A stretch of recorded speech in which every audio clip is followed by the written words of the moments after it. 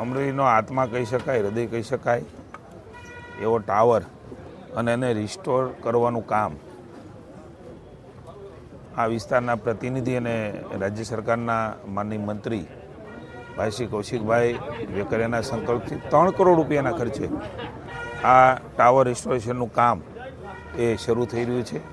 માનનીય ભરતભાઈ સાંસદશ્રી અને સમગ્ર ભારતીય જનતા પાર્ટીની ટીમ, નગરપાલિકાની ટીમ અને લોકોની લાગણી, વેપારીઓની લાગણી, ચેમ્બરની લાગણી, કારણ કે અમરેલીનો એક ભાવ આ ટાવર સાથે જોડાયેલો છે.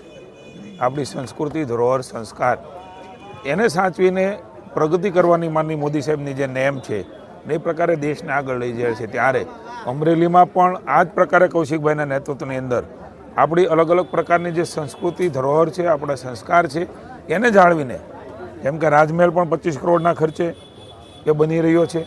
એટલે વર્તમાન ને નવી પેઢી આપણા સંસ્કારો સાથે, સંસ્કૃતિ સાથે જોડાઈ રહે એવો આ અલગ અલગ પ્રકારના કાર્યક્રમો અને ખાસ કરીને આ ટાવરનું રિસ્ટોરેશન અને રાજમહેલનું એક નવીનીકરણ એ પણ આપણા સંસ્કારનું પ્રતીક છે.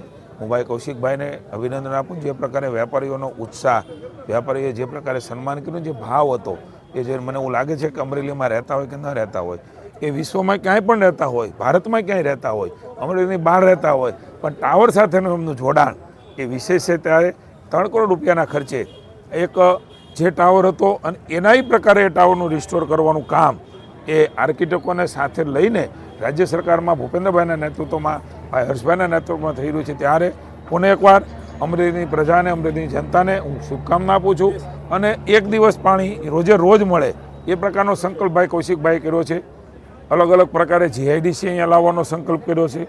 બાયપાસ અહીંથી નીકળે એનો સંકલ્પ કર્યો છે. એટલા માટે ભાઈ કૌશિકભાઈની સક્રિયતાને એક પ્રતિનિધિ કેવો હોય એનું એ પણ મને એવું લાગે છે કે કૌશિકભાઈમાંથી શીખવા જેવું છે. વિકાસની નવી ઊંચાઈઓ ઉપર અમરેલી પહોંચશે એની પણ મને સંપૂર્ણ શ્રદ્ધા છે. પુનઃ એકવાર સૌને શુભકામનાઓ.